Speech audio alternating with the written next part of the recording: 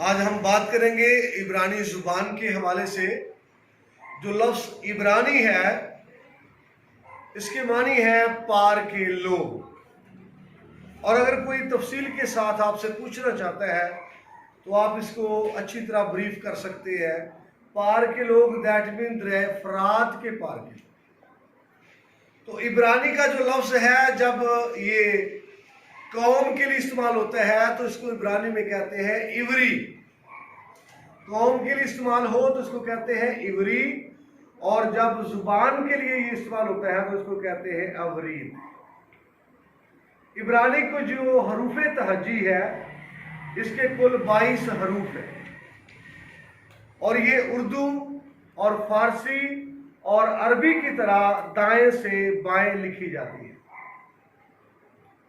और ये मुकद्दस सहाइफ की इल्हाम की ज़ुबान है, ऐद अतीक की ज़ुबान है, और इसको ऐद अतीक को बयान करने के लिए इस ज़ुबान में लिखा गया है ऐद अतीक। और अबरानी ज़ुबान जो है मुकद्दस सहाइफ की ज़ुबान है।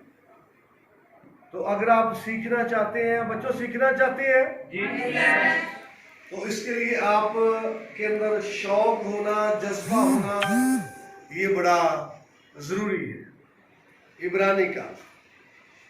तो जैसा मैंने कहा जब कौम के लिए इस्तेमाल होता है तो ये इवरी है।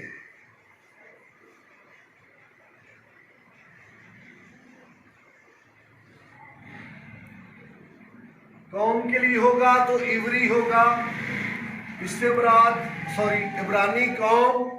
और जब ये जुबान के लिए होगा तो इससे मुराद होगा अवरीत। इसको अवरीत बोलते हैं। माना इसका भी इब्रानी है और इसका मीनिंग भी इब्रानी है, लेकिन ये कौम के लिए इस्तेमाल होता है इब्रानी कौम, और ये जुबान के लिए इस्तेमाल होता है इब्रानी लैंग्वेज।